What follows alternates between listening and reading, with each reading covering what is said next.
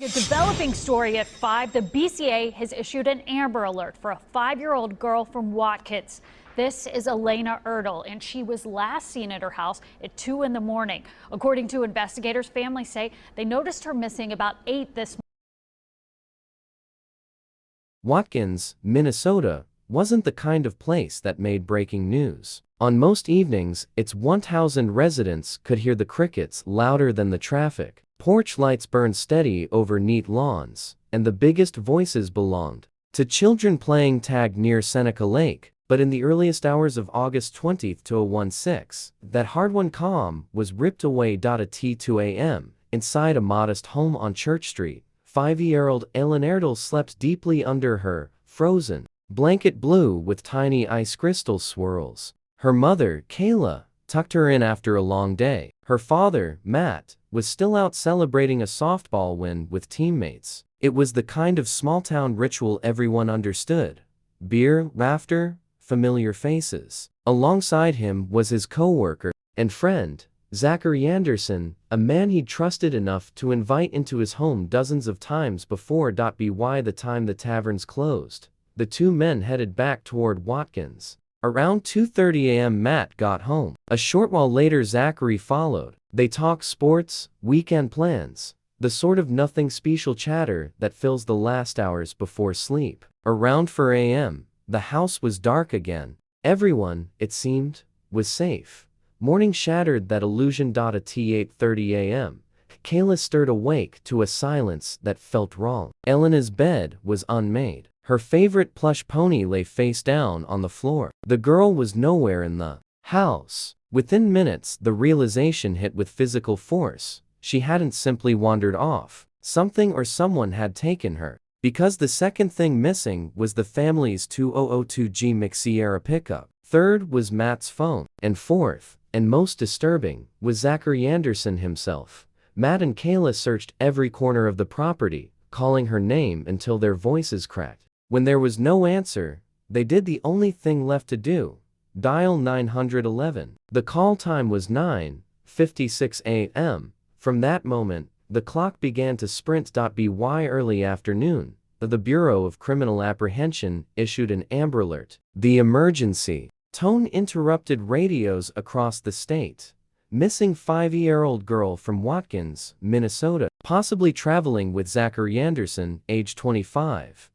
Panic spread faster than the signal itself. Watkins residents, still rebuilding after a tornado only weeks earlier, suddenly faced a different kind of wreckage, invisible but merciless. Investigators moved fast, tracing digital crumbs. Matt's missing phone began pinging cell towers in nearby Todd County. The last hit was just after 9 a.m., then silence. Simultaneously, Zachary's father called authorities. His son had phoned asking permission to visit an isolated family cabin roughly 90 miles north, near the wilderness of Melly. That detail flipped the search from abstract data to a concrete map point. A warrant was signed immediately. Deputies and state agents packed their vehicles with evidence kits, rifles, and quiet dread. Every passing minute felt heavier than the last. What they found on the Anderson property confirmed everyone's worst fear.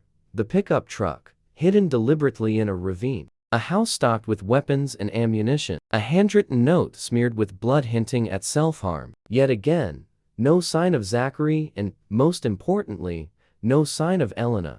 Teams fanned out on foot. Helicopters circled low over the tree line. Then the break came from a K-9 unit. Deputy Bilkiner and his German Shepherd, Yankee, caught a scent near the swamp. At 4:24 p.m., Yankee froze, then lunged forward through cattails. Officers followed, hearts hammering. There, knee-deep in cold, mucky water, stood Zachary Anderson. Cuts ran down his arms. He didn't try to flee. He didn't even raise his hands until told. When asked, "Where is the little girl?" he looked blankly at the officer. "What little girl?" The words chilled the air. Interrogation on site continued for minutes that felt eternal. He kept insisting ignorance. Until, finally, almost under his breath, he whispered 2 words: "In the swamp." Guided back through the reeds, officers followed him roughly a quarter mile. Beneath a pile of branches and leaves, They saw the unnatural curve of a child's arm. 5-year-old Alayna Ertl had been hidden there, submerged in the water. Her small Elsa blanket lay nearby, tangled in debris. At 6:02 p.m., the Amber Alert was officially cancelled. The missing child case had become a homicide.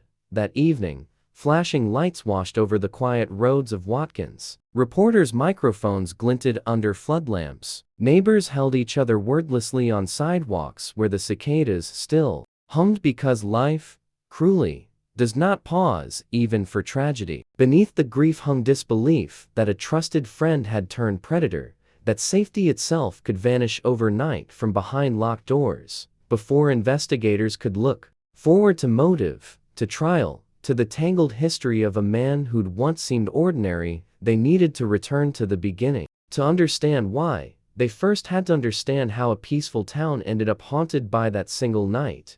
The analysis and the heartbreak would come next. If you drove through Watkins, Minnesota, before August 2016, you might have missed it without realizing. The streets didn't hurry anywhere. There was a single stoplight, a church whose bell still worked, and a diner whose pancakes were a local religion. People waved, sometimes twice, because they could never quite decide whether the first wave had been seen. Watkins was the sort of town that measured progress by how green the grass grew after rain. Alayna Ertl's world fit neatly here. She was 5, all freckles and boundless confidence, the kind of child who made introductions for her shyer friends, whether they liked it or not. Her backpack was pink, her curiosity enormous, and her laughter had a volume entirely disproportionate to her size. At school, her teachers used to joke that she didn't so much enter a room as broadcast it.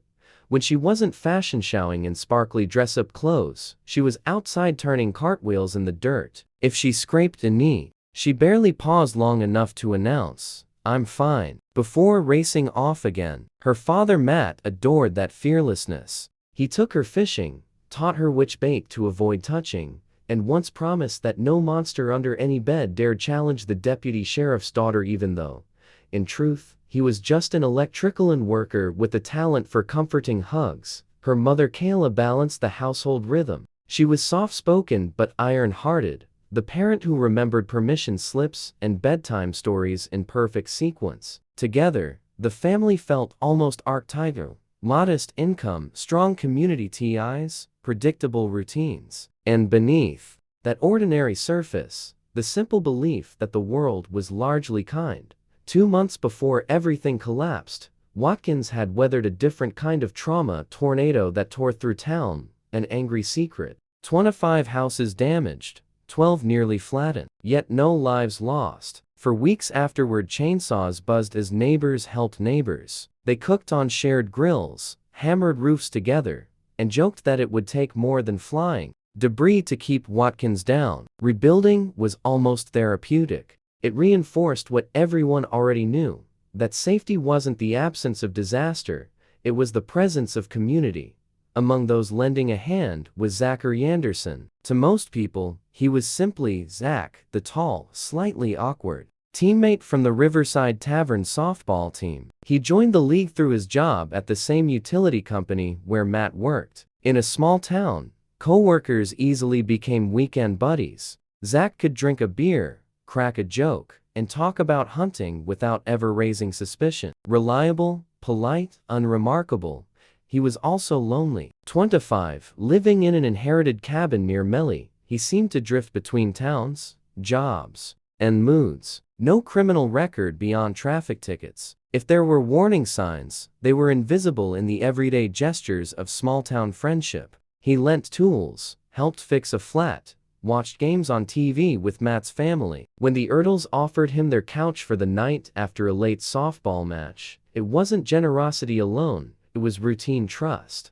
August 19, 2016 a. Humid Friday evening. Parents planned weekends. Teenagers texted about lakeside bonfires. Inside the Riverside Tavern, clinking glasses kept time with easy laughter. The Watkins Warriors softball team had just edged a narrow win. Matt and Zach sat at the bar, half talking strategy, half complaining about work. Witnesses later recalled nothing unusual except Zach's tendency to go quiet mid-conversation, eyes drifting toward the far wall as though replaying a private movie. It lasted seconds, then he'd bounce back with a grin. No one thought twice. After a final round, the bar closed at 1. The men stopped briefly at Gordy's, a smaller, smokier place closer to home. They stayed until nearly 2:30. Kayla, home with the kids, was already half asleep on the couch. Alayna had dozed off in the living room watching cartoons. Kayla carried her upstairs, tucking that blue and purple blanket around her daughter, a reflex so automatic it hardly registered as memory until it became one. When Matt came in, his shoes damp from dew, the house smelled faintly of popcorn and shampoo. He noticed the glow from the hallway nightlight and smiled. Moments later, Zach arrived and asked if he could crash again. "Sure," Matt said. "You know where everything is." They sat for perhaps 20 minutes trading small talk, yawning between sentences. Outside, crickets and distant thunder stitched together a lullaby no one ever expects to end with sirens. By mid-morning, the tornado sirens that had once tested their decibel range in town were silent again, but inside the Ertl house, a different alarm rang. The family's calm morning disintegrated into panic. That moment, replayed endlessly during interviews, would later define their lives as before and after. The clock read 8:30 a.m. Alayna's brother thought she might be hiding. She loved hide and seek, after all. But there was a certain stillness that children never create, an emptiness with its own sound. Matt noticed his pickup truck gone. His phone charger hung empty. The guest room sheet crumpled, the pillow indented. The only missing adult was Zach.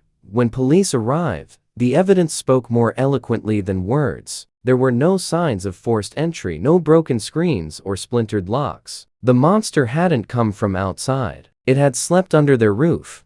News of the disappearance hit Watkins like second lightning. Within hours, neighbors who had once rebuilt homes together were forming search parties. Mothers clutched their children tighter. Fathers double-latched the doors that had rarely been locked. For the first time, this tiny town confronted a truth too vast for its borders. Evil didn't need an outsider's accent. Sometimes it wore your team's jersey. By midday, the official Amber Alert flickered across every phone screen in the region. The photograph of Alayna, cheeks flushed, smile impossibly wide, beamed from gas station counters, social media feeds, television, bulletins. Underneath, Zachary Anderson's face appeared side by side, separated by a thin red strip, and the words, "Endangered, missing." Kayla and Matt spent those hours in a blur of interviews, tears, and procedural explanations that did nothing to soothe. Search teams combed ditches and wooded trails. Helicopters thudded overhead, loud enough to rattle window panes. At a volunteer center near City Hall, someone set out platters of sandwiches. They went untouched. Evening approached with the heavy quiet of humidity and dread. Rumors swirled. Sightings, possible leads, the kind of whispers small towns generate when desperation breeds imagination. None of them were true. What was true, though few knew yet, was that investigators had already begun narrowing the search radius toward the Anderson family cabin in Cass County. Coordinates, phone pings, and an instinct honed by too many grim outcomes all pointed north.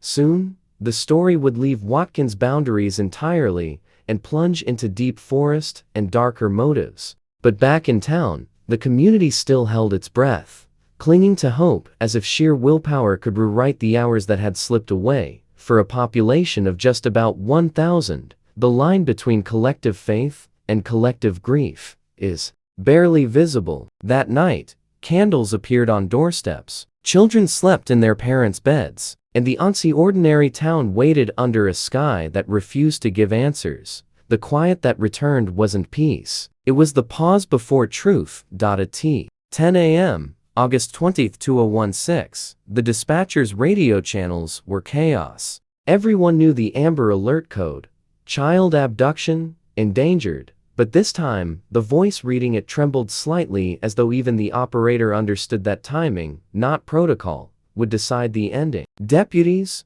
State Patrol, the BCA, and volunteers from 3 neighboring counties moved into motion.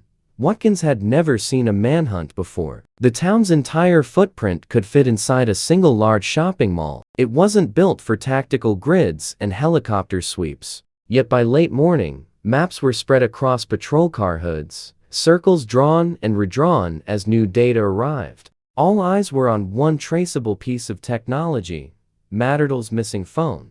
Last pinged, Todd County, Ninezero-Savina, M.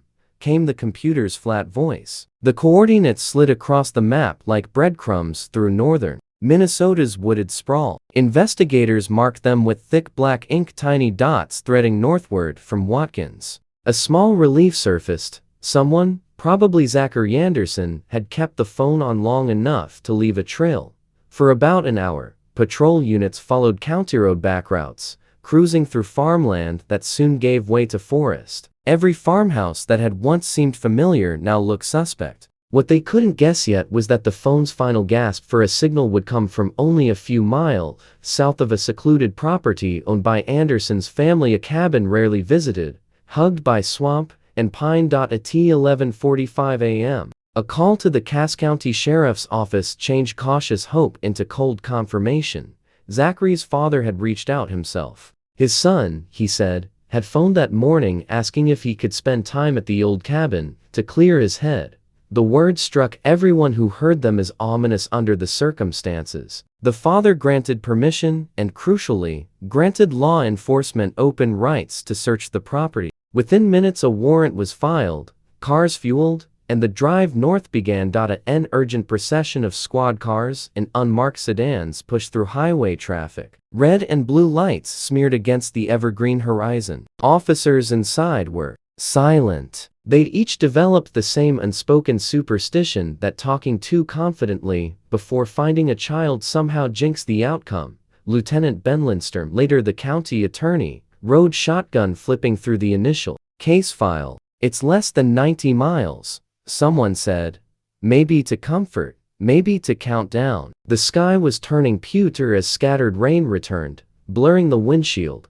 The unpaved road to the Anderson property was a thin brown vein cut through dense timber. Neighbors were non-existent. Noise would carry for miles. If anything terrible had unfolded here, it could happen unheard. At 2 p.m., the first explorers stepped from their vehicles. The smell of damp pine and gasoline hung in the air. About 100 yards down a wooded incline, deputies spotted metallic glint through branches. The Jimera. When they reached it, the evidence was unmistakable. The truck sat half-hidden in a trench, vegetation intentionally dragged over it. In its bed, muddy boot prints, more recent than the last rainfall. A quick check confirmed Matt's phone was gone. Agents split into smaller teams, guns drawn more from caution than expectation. The main cabin stood about 50 yards farther on, simple and weathered, curtains closed. Inside, time seemed to have stopped mid-thought. Half-eaten food, open drawers, a single sheet of notepaper resting on a wooden desk. The handwriting was jagged. The message, erratic references to guilt, despair, and implied suicide plan.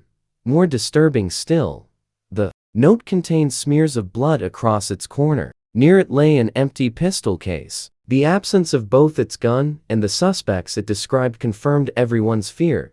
The scene was still unfolding. Somewhere nearby, 4 o'clock approached as searchers spread outward, forming a rough semicircle through soggy terrain. That's when Deputy Bilkiner unclipped his dog's leash. Yankee, a 5-year-old German Shepherd trained for scent tracking, immediately lowered his nose and began to pull. Without even a piece of clothing from Alayna to work from, Yankee would rely on something animal handlers call fear scent, the distinct chemical trace of human adrenaline. The dog zigzagged through undergrowth, paws dipping into waterlogged soil. After 200 yards, he stiffened, barked once, and lunged. Connor followed fast. Radio crackling. Movement in the marsh, someone reported. Human visual confirmed.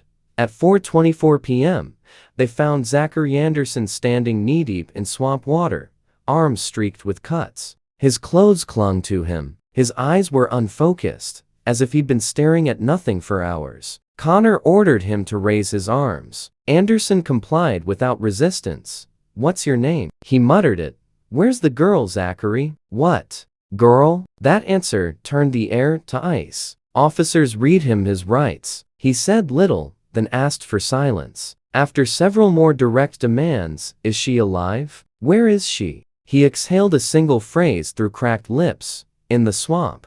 2 officers exchanged a glance. The worst-case scenario had just solidified into fact. Anderson led, or perhaps was guided, through knee-high water to a pile of branches, mixed with cattails. The air smelled of decay and algae. One glance and the lead investigator stopped everyone from stepping closer. Beneath the debris was a small, motionless form. 5-year-old Alayna Ertl had been there all day, submerged. Under the surface, hidden where rescue divers would soon test the depth, barely above their knees. Her familiar blanket, pale blue, snowflakes barely visible under mud, lay several feet away, caught on a root.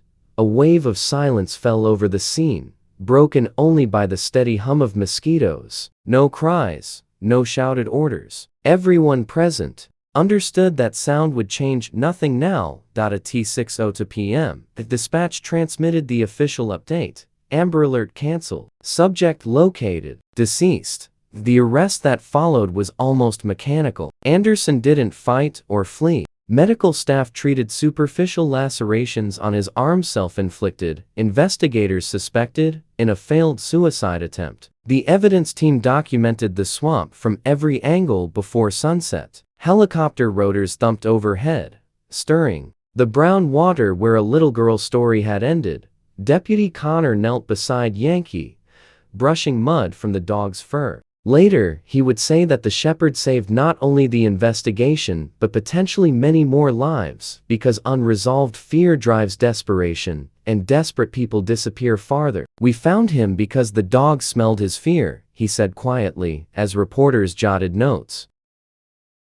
Back in Watkins, the news broke like thunder on clear sky. Parents pulled their children off playgrounds. Shops closed early. Church bells rang not for celebration but for mourning. The headline confirmed what no one wanted printed: "Missing girl found dead." That evening, Cass County's temporary command post glowed through the trees like a distant ship. Crime scene lights painted everything blue-white. Officers shuffled between duty and disbelief. Even hardened investigators struggled to process the brutality visited on such innocents. Somewhere within that same forest, past yellow tape and trampled reeds, the swamp had already gone still again, indifferent, silent, swallowing its reflection of the sky just as it had swallowed a child only hours before. In the days that followed, Watkins became a town under glass, quiet, watched, forever changed. Investigators worked around the clock, piecing together the hours between midnight and dawn, building a timeline grain by grain. Inside the Cass County Evidence Lab, mud-spattered clothing, phone records, and handwritten notes were cataloged with the precision of ritual. The autopsy results confirmed what everyone already feared but hoped was untrue. Alayna had been sexually assaulted and died from asphyxiation and blunt force trauma, injuries that left no doubt of deliberate violence. For detectives, the horror of those findings hardened into duty. They retraced Zachary Anderson's life, searching for a reason, a trigger, any sign that could transform the senseless act into something comprehensible. At first, the records showed nothing, just speeding tickets, odd jobs, a bland surface. It was only when older files were unsealed from his teenage years that the pattern emerged. Small trespasses that hinted at obsession and a lack of boundaries, an unease that had slipped through the cracks of adolescence. For the people who had once shared drinks with him, coached him, trusted him, learning those details felt like betrayal layered over grief. Court documents expanded daily. Each new charge, kidnapping, sexual assault, murder, added another stone to the weight of the case. Prosecutors spoke carefully, conscious that every word could echo through a heartbroken community. Reporters camped outside the courthouse, microphones poised, as if catching any sound might offer closure. But closure wasn't the nature of what had happened. In 1,000 living rooms across central Minnesota, parents sat beside sleeping children and replayed every moment they'd ever relied on familiarity to guarantee safety. The night that began with friendship and routine had exposed something unbearable: that evil can wear familiar faces, smile easily, and step through an open door without anyone thinking to lock it. When the trial finally began, the courthouse in Cass County felt too small to contain everything it represented: the grief, the disbelief, the longing for a justice that could somehow balance the scales. Reporters filled the narrow aisles with their cords and tripods, while local residents, many from Watkins, drove in long before sunrise just to sit in the back rows and bear witness. In front of them sat Zachary Anderson, 25 years old, pale, hands motionless on the defense table. He looked like the echo of the teammate people used to know, stripped of anything that once resembled familiarity. The state presented its case with the chill precision that tragedy demands. Jurors heard how investigators found the note, the hidden pickup truck, the blood, and the trail through the swamp. They listened to the coroner describe calm but unflinching the injuries sustained, the evidence that made this not an accident, but a willful act. Every detail drew tight breaths from the gallery. When the prosecution displayed photographs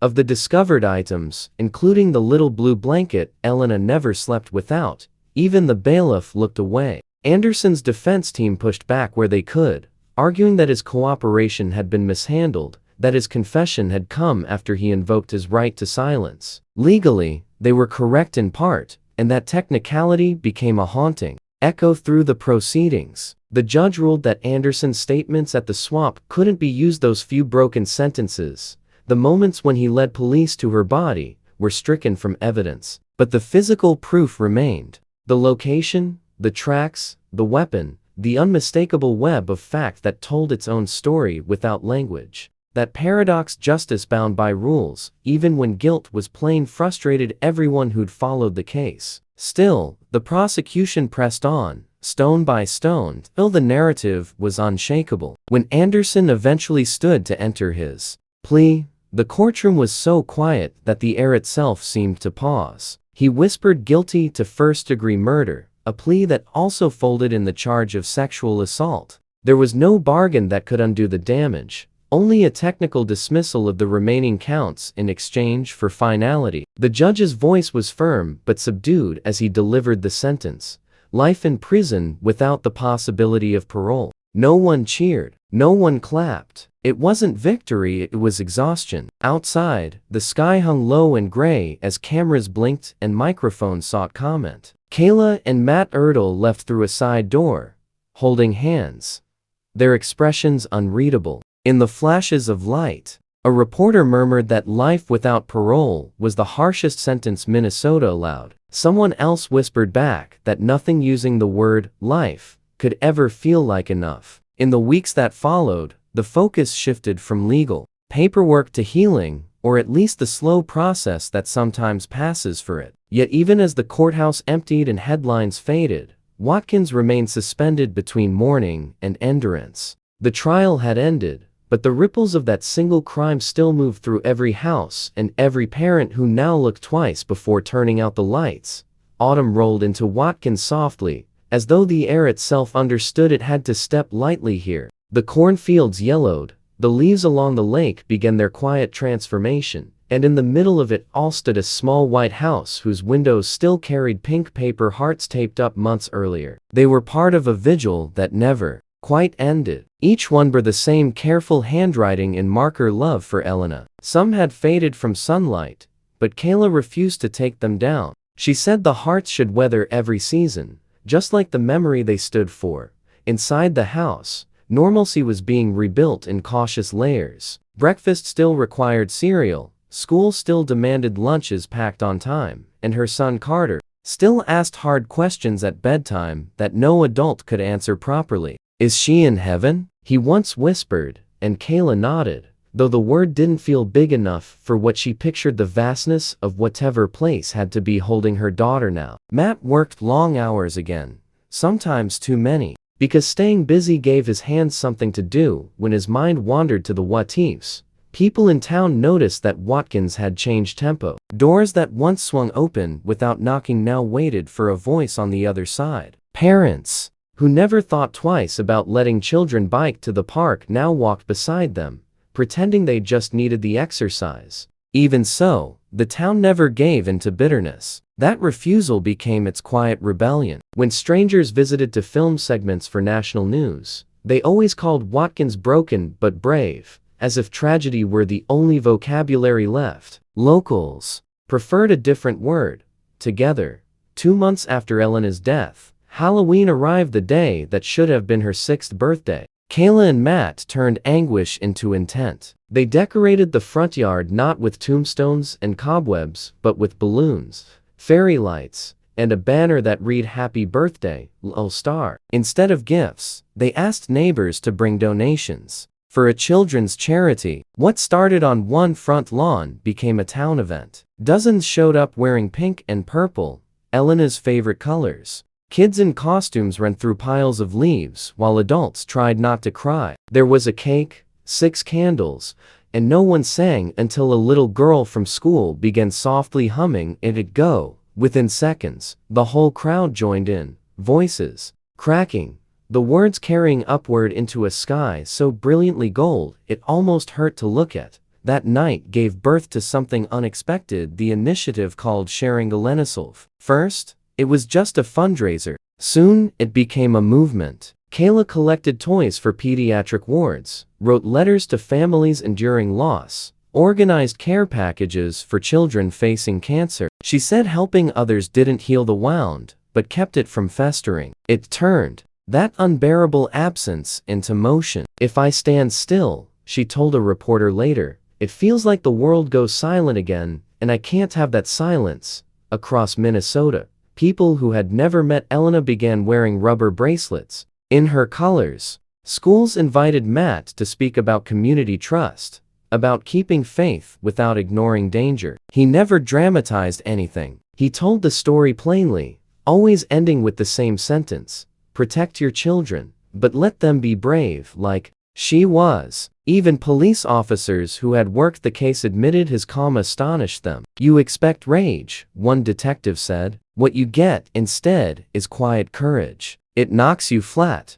The Anderson trial and sentencing faded from news cycles by winter, but Watkins refused to let memory fade with it. At the town's center park, a group of volunteer carpenters built a small reading gazebo surrounded by flower beds. Inside, a plaque read, "Alayna Ertl Forever 5. Children were invited to borrow storybooks and read aloud beneath its open rafters. Parents could sit on the benches carved with the words, "When it rains, look for rainbows. When it's dark, look for stars." That line had come from a journal Kayla found among Alayna's art supplies. Some teacher must have helped her write it down. Now it belonged to the entire town, a tiny anthem of endurance. Over time, Watkins learned the complicated art of carrying grief alongside everyday life. People still talked about her, but less as a victim and more as a catalyst for kindness. Neighbors shoveled each other's driveways, left surprise casseroles on porches, organized youth self-defense classes. Every gesture, however ordinary, traced back to her somehow. Kayla once said that whenever she saw a stranger hold a door for someone else, she thought, "That's another piece of Alayna's light right there." The years ahead will never erase the ugliness of that summer or the courtroom images that followed, yet neither will they dilute the defiance of survival that Watkins demonstrated. The tornado of 2016 had already proved the town could rebuild wood and glass. The murder proved it could rebuild heart. The difference was that this time, the damage wasn't just structural, it was spiritual. And still, it healed, in the stubborn way Midwestern towns know how, through shared labor, shared laughter, and weathered faith. When local news revisited the case 1 year later, the footage looked almost pastoral. Children were climbing the playground rebuilt near Alayna's home. The same camera panned slowly over the gazebo, the flowers blooming purple and pink at its base. Kayla spoke to the interviewer in a measured voice. "Some days are heavier than others," she said, "but every sunset, I look up and think of her. Those colors, orange, pink, violet, they're her way of saying, 'I'm still here, Mom.'" The image of the sunset became shorthand among townspeople. During community gatherings, someone would inevitably point west at dusk and whisper, "Look, Alayna's sky." it became less about faith and more about continuity, proof that even after something unimaginable, beauty could still exist overhead. In Broken.by, the second anniversary, sharing Alayna had expanded beyond state lines. Donations poured in each October for families facing illness, displacement, or bereavement. Kayla kept every thank you letter in a wooden box under the bed. When she struggled to sleep, she'd read a few, tracing the handwriting of strangers who wrote things like, "Your daughter reminded us to hug ours tighter." She'd smile through tears, feeling that grief had somehow turned into fuel for connection. Matt, meanwhile, coached Little League. Each season he reserved jersey number 5 for whoever best embodied team spirit. The kids knew what it meant. They called it Alayna's number. In the quiet hours between chores and bedtime stories, the Ertls, like the rest of Watkins, still felt the ache. Healing didn't erase memory, it simply taught them to live beside it. At night, crickets still chirped outside the same window where once a small nightlight glowed blue.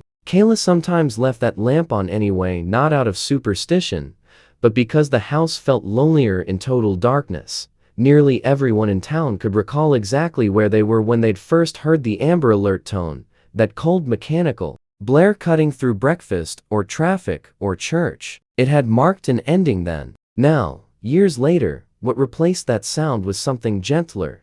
The chime of the church bell at dusk, echoing through rebuilt streets. The bell didn't announce loss anymore. It simply kept time, like a heartbeat persisting.